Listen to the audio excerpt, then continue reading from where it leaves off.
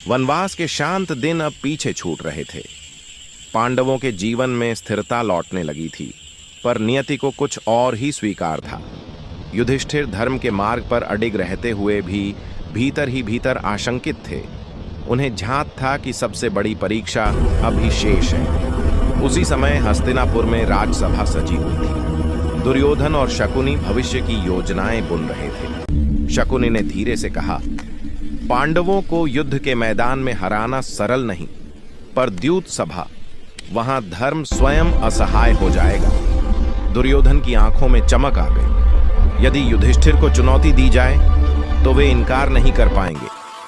शीघ्र ही एक राजदूत वन पहुंचा। उसके हाथ में हस्तिनापुर की मुहर थी।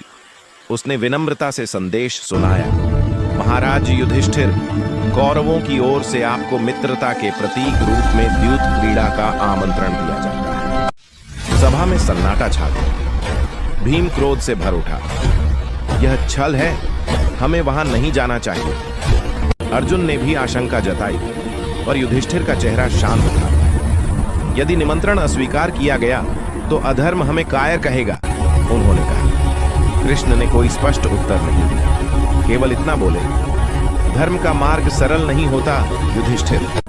कभी कभी सबसे बड़ा युद्ध शस्त्रों से नहीं, निर्णयों से लड़ा जाता है। रात भर युधिष्ठिर जागते रहे। उनके सामने राज्य, भ्रातृत्व और धर्म तीनों की छवि घूमती रही। अंततः उन्होंने निश्चय किया, मैं जाऊंगा। यदि यही परीक्षा है तो मैं इससे विमुख नहीं हो सकता। भोर होते ही वन में एक अजीब सी बेचैनी फैल गई। पांडव जानते थे यह यात्रा किसी खेल की नहीं, बल्कि भाग्य के सबसे खतरनाक मोड़ की ओर है। और इसी के साथ द्यूत की वह कथा प्रारंभ हुई जिसने महाभारत को युद्ध की ओर अनिवार्य रूप से धकेल दिया।